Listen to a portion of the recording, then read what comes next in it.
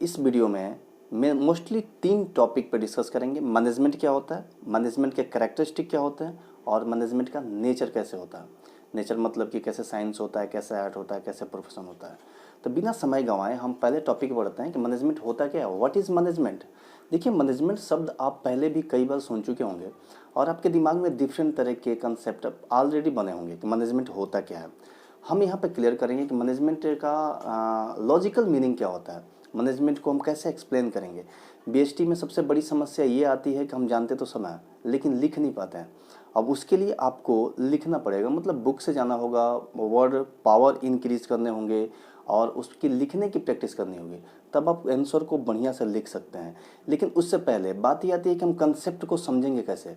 Concept एकदम clear होना चाहिए और आगे हो जाएगा। जैसे कि अभी देखिए, हम 3 टॉपिक पर डिस्कस करेंगे। पहला टॉपिक है मैनेजमेंट। बात आती है व्हाट इज़ मैनेजमेंट। तो मैनेजमेंट का जनरल मीनिंग होता है कि management is an art of getting things done through others. मतलब हिंदी में समझो तो सीधे हम दूसरों से काम करवाने की जो कला होती है उसी को मैनेजमेंट कहते हैं। दूसरों से काम करवाने की जो कला होती है उसको हम मैनेजमेंट कहते हैं। अब आते हैं हम लोग सीधे मैनेजमेंट के कैरेक्टरिस्टिक पे। जैसे हमने बहुत जगह देखा होगा कि कुछ लोग ऐसे होते हैं जो ऑर्गेनाइजेशन में वर्क करते हैं, तो मैनेजमेंट में है, मैनेजर हैं, तो करते क्या हैं, वो बस रेगुलेट करते हैं, गाइड करते हैं, मोटिवेट करते हैं एम्प्लॉइयों को और दूसरों से काम करवाते हैं, खुद काम नहीं करते। अगर दूसरे से जहाँ तुम काम कराने लगे तो आप अपने आप को मैनेजमेंट यानी मैनेजर कहोगे, मैनेजमेंट का हिस्सा कहोगे। First characteristic is management is goal oriented. मतलब कि अगर आप मैनेजमेंट कर रहे हो, आप दूसरों से काम करा रहे हो, आपके पास सारे अवेलेबल रिसोर्सेज हों, चाहे नेचुरल रिसोर्स हो चाहे ह्यूमन रिसोर्स हो, तब आपके सामने गोल पक्का है। ऐसे आप सोच सकते हो कि विदाउट गोल हम मैनेजमेंट कैसे करेंगे, सारे रिसोर्सेज को किस ओर डायरेक्ट करेंगे, हम कहाँ जाएंगे, हमें क्या करना है हमें पता ही नहीं है, तो हम मैनेजमेंट कैसे कर लेंगे। इसीलिए कहा जाता है कि without goal management is totally blind.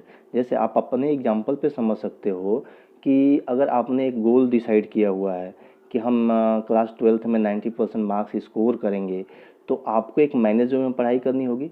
अगर आपने गोल डिसाइड ही नहीं किया है कि हम कितने आएंगे, फेल होंगे, पास होंगे, कैसे होगा, जो होगा देखा जाएगा, तो आप मैनेजमेंट कर ही नहीं पाओगे। इसलिए ये कैरेक्टरिस्टिक है कि management is goal oriented. Then second is management is universal. अब मैनेजमेंट इज यूनिवर्सल का मतलब हो गया कि मैनेजमेंट इज ऑल परवेसिव। मतलब कि परवेसिव का सिंपल मीनिंग होता है effective at all level and all type of business. चाहे वो बिजनेस प्रॉफिट मोटिव हो चाहे वो नॉन प्रॉफिट मोटिव हो, मैनेजमेंट हर जगह पे लागू होगा।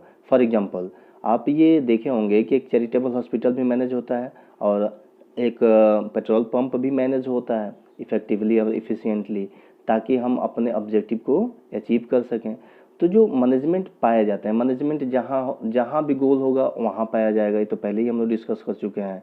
लेकिन ये समझ लो कि मैनेजमेंट हर जगह अवेलेबल होता है। आपके लाइफ में भी मैनेजमेंट है, आपके घर में भी मैनेजमेंट है, आपके पढ़ाई में भी मैनेजमेंट है, तब जाके कुछ हम फ्रूटफुल रिजल्ट हमारे सामने आते हैं। Third is management is a group activity.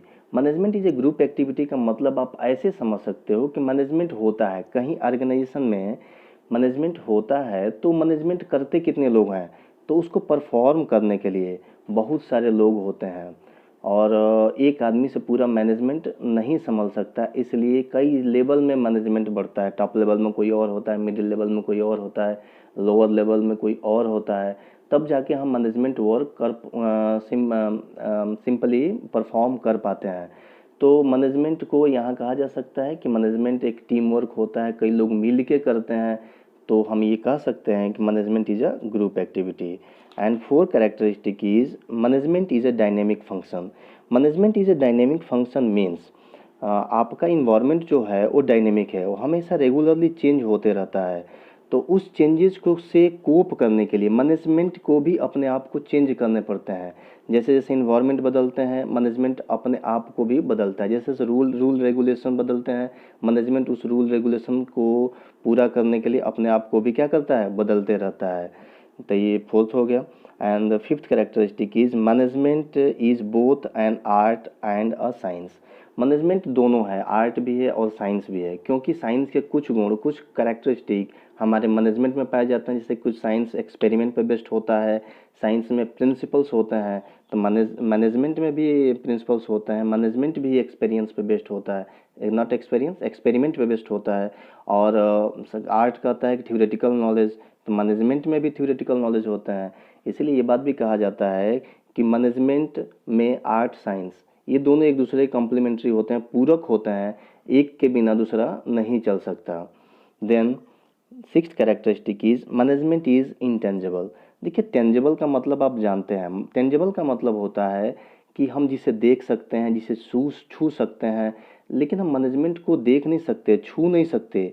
Management का सिंपल मीनिंग होता है कि हम मैनेजमेंट को आभास कर सकते हैं कि मैनेजमेंट कितना अच्छा हुआ, उसके रिजल्ट को देखते हुए। हम मैनेजमेंट को ऑब्जेक्ट की तरह, किसी ऑब्जेक्ट की तरह टच नहीं कर सकते, उसको कहीं ले नहीं जा सकते, मतलब टेंजेबल नहीं होता है। मैनेजमेंट क्या होता है? इनटेंजेबल होता है। बात समझ में आ गई? तो 6 कैरेक्टरिस्टिक आपके बुक में जो इसेंशियल कैरेक्टरिस्टिक हैं उसकी चर्चा हम लोगों ने की।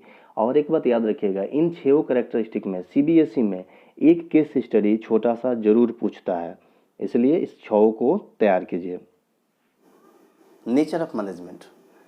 Management, nature of management can be analyse in term of art, science and profession. मतलब कि जो हमारा नेचर ऑफ मैनेजमेंट होता है हम उसको एनालाइज कर सकते हैं आर्ट के टर्म में, साइंस के टर्म में और प्रोफेशन के टर्म में। तो पहले हम देखें कि मैनेजमेंट साइंस कैसे होता है। भाई अगर हम कह दें कि कुत्ता बिल्ली होता है, तो कुत्ता बिल्ली कैसे होता है? यानी कि कुछ बिल्ली के गुण हम कुत्ते में पाएं। ठीक उसी प्रकार हम कह दें कि मैनेजमेंट साइंस होता है, यानी कि साइंस के कुछ कैरेक्टरिस्टिक, कुछ गुण हमारे मैनेजमेंट में होने चाहिए। तो पहले तो हम ये जानेंगे ना कि साइंस के गुण क्या होते हैं, तब वही गुण ना हम मैनेजमेंट में खोजेंगे और ये बात को प्रूव कर पाएंगे हाउ मैनेजमेंट एज साइंस। तो first topic is in nature of management is how management is science. Then अब पहले हेड पे आते हैं, सिस्टमेटिक बॉडी ऑफ नॉलेज। देखो क्या है, साइंस का ये कैरेक्टरिस्टिक या गुण होता है सिस्टमेटिक बॉडी ऑफ नॉलेज का।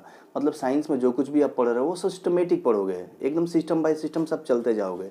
सेम वे ये गुण, ये कैरेक्टरिस्टिक मैनेजमेंट में भी पाए जाते हैं। मैनेजमेंट की पढ़ाई होती है वो भी सिस्टमेटिकली होती है। आपने देखा होगा एमबीए करते हुए, सुना होगा, तो एमबीए कर रहे हैं तो सिस्टमेटिक मैनेजमेंट की पढ़ाई करके आते हैं। तो ये गुण आपके किस में पाए जाते हैं?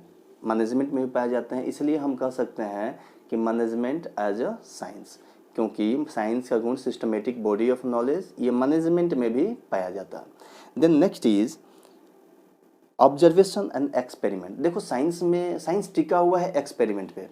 अगर एक्सपेरिमेंट नहीं होते तो साइंस नहीं होता। तो उसी तरह से जो ऑब्जर्वेशन है, जो एक्सपेरिमेंट है, वो मैनेजमेंट में भी पाए जाते हैं। टाइम टू टाइम मैनेजमेंट के जो प्रिंसिपल्स होते हैं उनका भी एक्सपेरिमेंट होता है। मैनेजमेंट प्रिंसिपल में आप अभी नेक्स्ट चैप्टर में ही पढ़ोगे, Henri Fayol principle, F W Taylor principle, ऐसे ही बहुत सारे प्रिंसिपल मैनेजमेंट सेक्टर में वर्क करते हैं। तो इसलिए हम उसे कह सकते हैं कि मैनेजमेंट साइंस है, क्योंकि साइंस में भी एक्सपेरिमेंट होता है और मैनेजमेंट में भी एक्सपेरिमेंट होता है। Then third one is cause and effect relationship. देखो साइंस एक प्रिंसिपल पर टिका हुआ है और उसका नाम है कॉज एंड इफेक्ट प्रिंसिपल, यानी कि कॉज एंड इफेक्ट रिलेशनशिप। अगर साइंस में काम ही है कि कारण और प्रभाव, अगर ये कारण है तो प्रभाव ये होगा, और ये same cause and effect relationship आपके मैनेजमेंट में भी टिका हुआ है, ताकि अगर मैनेजमेंट अच्छा से हो रहा है, अगर ऐसा होगा तो इसका रिजल्ट ऐसे हो जाएगा। ये साइंस है और ये गुण साइंस के मैनेजमेंट में पाए जाते हैं। कौन से? Cause and effect relationship. Then fourth one is universal validity of principle. देखो यूनिवर्सल वैलिडिटी ऑफ प्रिंसिपल का मतलब हो गया, एक बार साइंस में कोई प्रिंसिपल डेवलप होता है तो ऑल ओवर यूनिवर्स वैलिड होता है, हम उसको मानते हैं। जैसे साइंस का देख लो, न्यूटन्स लॉ हम यहाँ भी पढ़ते हैं। क्या न्यूटन यहाँ इंडिया के थे, हमारे लोकल थे? नहीं थे, वो किसी और बाहर के देश के थे। लेकिन जो उन्होंने प्रिंसिपल दिया, प्रोपाउंड किया, वो प्रिंसिपल हम यहाँ और ऑल ओवर यूनिवर्स उसे पढ़ते हैं। ओम्स लॉ है उसे भी पढ़ते हैं। सेम उसी प्रकार हमारे मैनेजमेंट में भी जो भी स्कॉलर ने जो भी प्रिंसिपल दिया हुआ है हम उसे पढ़ते हैं। क्यों पढ़ते हैं? क्योंकि वो यूनिवर्सल वैलिडिटी उसकी है और वो हर जगह लागू होता है, चाहे वो इंडिया हो, ऑस्ट्रेलिया हो, चाहे किसी भी पार्ट में, पूरे यूनिवर्स में लागू हो रहा है। इसलिए हम इसे कह सकते हैं साइंस का यूनिवर्सल वैलिडिटी प्रिंसिपल का जो कैरेक्टरिस्टिक है वो हमारे मैनेजमेंट में भी फॉलो होता है। तो हम यहाँ देख चुके हैं और ये प्रूफ करने की क्षमता भी रखते हैं कि मैनेजमेंट साइंस कैसे है। 4 हेड से, चारों हेड क्लियर है।